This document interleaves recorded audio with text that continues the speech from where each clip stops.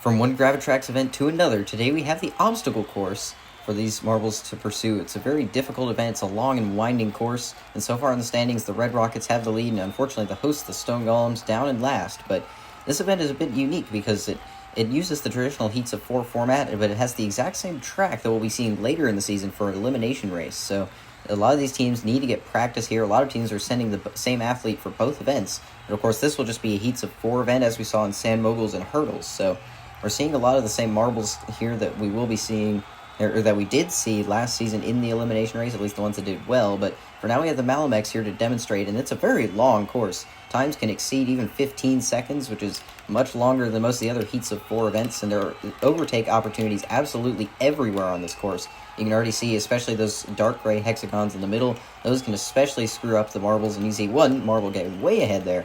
And we can see some very large gaps between each finisher. Despite how close these races can be, really any moment the leader could fall several seconds behind. There really is no part of this track that isn't very treacherous. So you can see the Malamex perfectly navigating it here to demonstrate this event. Like that one marble who had a lot of speed but bumped against all of the walls right at the end, and that slowed them down quite a bit. And we'll probably see moments like that in the main event where you can lose several positions, and because it's not like elimination race where you just have to avoid last, you have to advance. Really every position counts as we begin with Pansy, Construct, Spore, and Yertle. Several Construct gold medalists in elimination race last season, and they have the lead right now. Pansy holding on to second. Now Spore takes it, but it's going back and forth between them. Now the Construct keeps growing their lead, and it's now Yertle closing in, and they go by, and they will hold on to it for advance, and the two green marbles will be moving on. Yertle did an excellent job. They're gold medalists in funnel endurance last season, trying to show that they have what it takes to be one of the strongest athletes in this league. And meanwhile, Construct showing their experience on the Gravitrax obstacle course here, though this time in a very different format, so a bit of adjusting, but evidently they've adjusted well. And Yertle also doing an excellent job to make it to the advancement zone just at the last moment. Both Pansy and Spore, we saw them in the advancement zone at multiple instances throughout this race, so we've seen how chaotic this can be. Really, at any moment, things can change. But the Stone Golems and Snapping Turtles, both teams that definitely need points, they will both be moving on. And actually, it's a new record, though it's unsurprising considering it's a brand new event. But now we move on to the Slush Rush, Ivy League, Checkmates, and Flashbangs. Let's see, and they're off. It's the Ivy League who have a bit of a lead. Now the Flashbangs jump way ahead with their captain, and the Checkmates follow suit. Now here comes Grapple from the Slush Rush, who takes the lead, and it's going back and forth between them. It looks like these two will advance. Yes, they will. The Checkmates and Ivy League both kind of stunned there with how fast those first two went. I think they'll have very strong times, even compared to the first heat.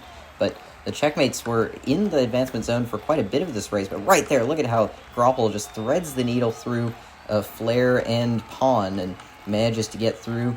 And the Ivy League, their captain not able to advance here, but at least being the Checkmates, it's surprising for the Checkmates how much they fell through at the very end. But nonetheless, the Slush Rush getting a pretty dominant heat win there. And Flare, the captain of the Flashbangs, will be moving on as well. Two captains in this heat, but only one of them will be moving on to the next round. Now we move on to the next heat with Tank of the Red Rockets, Metro, the captain of the City Lights, Toast, the reserve of the Loaves of Bread, and Venusian of the Flying Saucers. And we're off. It's the Red Rockets, the only ones on the high side, and it doesn't seem to be the right lane. Toast has a pretty big lead, and now here comes Metro. Venusian streaks by, and it's going back and forth between them and the City Lights. The Flying Saucers trying to hold on here, and they will go by. They will hold on for the advancement spot. And where is Tank? Oh dear, it looks like they've gotten stuck. Yes, they did, wedged there.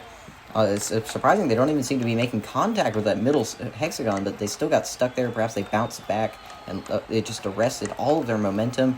It's shocking and disappointing for the point leaders, no less, but perhaps a bit unsurprising for the marble that's been responsible for their undoing quite a bit. But in the meantime, Metro has to be just flabbergasted at how close they came, but on that last dark gray hexagon, couldn't quite make it. Meanwhile, Toast, the reserve of the Loaves of Bread, showing how it's done, dominating this heat all the way through, and disastrous for the Red Rockets, of course. Meanwhile, their bitter rivals, the King Crabs, are in this heat, trying to take the point lead from them, as well as the Soaring Skies, Stingrays, and Team Pixie. And we are off. It's the King Crabs and Team Pixie on the outside, the latter of whom take the early lead, but the Stingrays are going back and forth with them. They're side by side, but now Team Pixie has a bit of a gap. They have to navigate through the end of this course, and I don't think the Stingrays have any challenge for them. No, they do not. And the Soaring Skies well behind the top two. Meanwhile, it looks like we had another DNF. And this time it's Hermit of the King Crabs. It's hard to say if they'll be scored ahead or behind Tank, but that guarantees those two will be the bottom two at least, unless someone else DNFs, which means that the two at the top of the point standings are going out here. Very shocking development here, but the Stingrays can capitalize on that. They're much higher in the standings, and they will get a pretty easy advancement here with the Soaring Skies never really putting up a challenge, well behind the other two, pretty much off camera for the entire heat. But Team Pixie and the Stingrays, both teams that could definitely use a good finish here, and both of them will be getting it, at least getting a top half.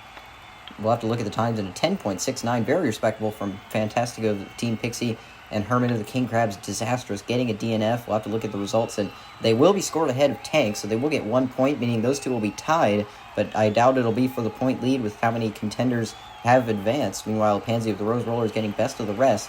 As we move on to the semifinals, Flair, the captain of the Flashbangs, as well as Toast, Construct, and Sting.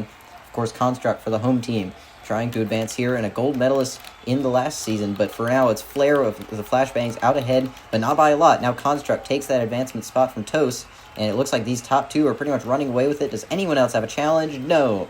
The Loaves of Bread, despite dominating in their heat, they will not be making it, and the Stingrays, perhaps a bit unsurprising considering how far behind they were behind Team Pixie in their heat, but they will not be moving past the semifinals here. But Flair of the Flashbangs really controlling the pace throughout this entire heat here, showing how it's done, even ahead of Construct, who's a marble we know knows how to navigate this course. But the Stingrays and Loaves of Bread, those two will not be moving on further here, meaning we're most likely going to be getting at least one surprising entry into the medal zone, with the Loaves of Bread and the Stingrays both already having a couple, as we now move on to the Slush Rush, Team Pixie, Snapping Turtles, and Flying Saucers.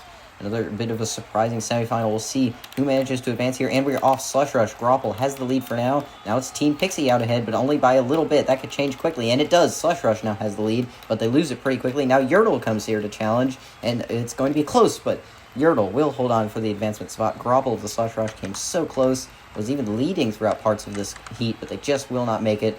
And surprising for the Flying Saucers, never once even coming into challenge. They made a miraculous comeback in the heats, but they could not do the same here, even though really everyone was well on pace here. Everyone within a few seconds of each other, everyone on screen, which is a bit surprising for this event. But at the end of the day, the Slush Rush and Flying Saucers could not get it done. But that means Team Pixie will be going to the final alongside Yertle of the Snapping Turtles, trying to become a two-time gold medalist. Meanwhile, Team Pixie trying to get their third medal of the season, their first in an individual event.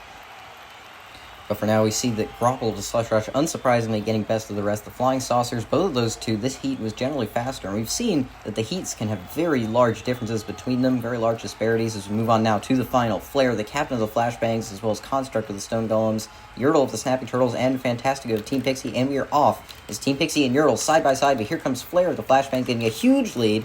And now they have a big gap back to the Yertle, who's trying to hold on for the silver. Right now trying to catch up, but it's just not going to happen. And the Flashbangs will be taking their first ever gold medals. Construct comes across for the bronze, meaning the Stone Golems finally get a medal in their home stadium, or at least outside the stadium, but in their home season.